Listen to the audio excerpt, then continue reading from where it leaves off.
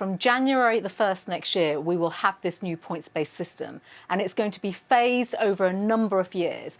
But with regards to how people can come to the UK to work, they do need to meet these skills criteria. So we've already set out in the policy statement and the document the level of skills qualifications that people need to come to the UK, and obviously points will be applying to that. But if, for example, they don't necessarily have or don't meet, for example, the salary threshold, but have the right level of skills in a particular sector where there is demand for their skills, then of course they will be coming to the UK and they will have tradable points that they will gain to come to the UK and work in the UK.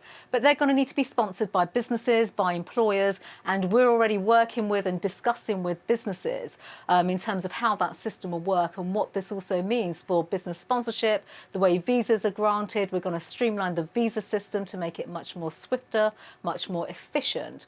But importantly now, this basically redefines our immigration policy. So the brightest and the best, people with skills need to come to the UK, and we will no longer have the routes for cheap, low-skilled labour that obviously has dominated immigration and our labour market for far too long in this country. Are there circumstances in which low-skilled workers who do not reach that 70-point marker will be allowed to work in the UK? Well, I think, first of all, when it comes to the labour market itself, we will continue to look at the dynamics of the labour market and sectors if there are shortages, labour shortages in key sectors. I've been working with the Migration Advisory Committee. Many of the recommendations that they put to me a few weeks ago have featured now in the development of this policy. So we will continue to review the labour market, key sectors in the economy. And of course, as I've said, there'll be tradable points over a phased period of time with the development of this immigration system that will facilitate and enable people with the right skills that our economy needs.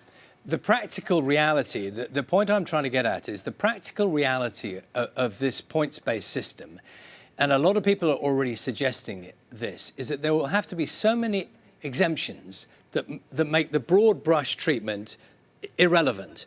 And that's why I'm focusing in on this issue of whether there are circumstances where, notwithstanding whether you take points from one place and your language is better, your qualifications are better, there will be people who can do jobs in the UK who will never reach that 70-point marker in the low-skilled sectors. So will they be allowed to work in the UK if they don't reach that 70 points?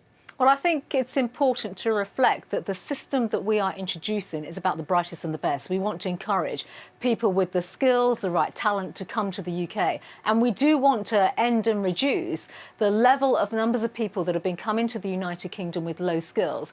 We believe firmly, and we've seen this as well through labour market analysis and also statistics, figures alone, we have over 8.45 million people in the UK aged between 16 and 64 who are economically inactive. We want businesses to invest in them, invest in skilling them up, training them, working with the government on our levelling up across the United Kingdom agenda in terms of more economic growth across the regions, investing in people, but also investing in skills and technology. We have plenty of people in the United Kingdom who businesses should be looking to upskill and train. And of course, that'll complement the work that we are doing at the high skill end, but also complement already the millions of people that are already in the United Kingdom through free movement, those that have registered and the applicants that we've had, over 3.2 million people through the EU settlement scheme, to continue to support our economy and our labour market, but importantly make sure that we have a high skilled, highly trained and highly productive economy in the future.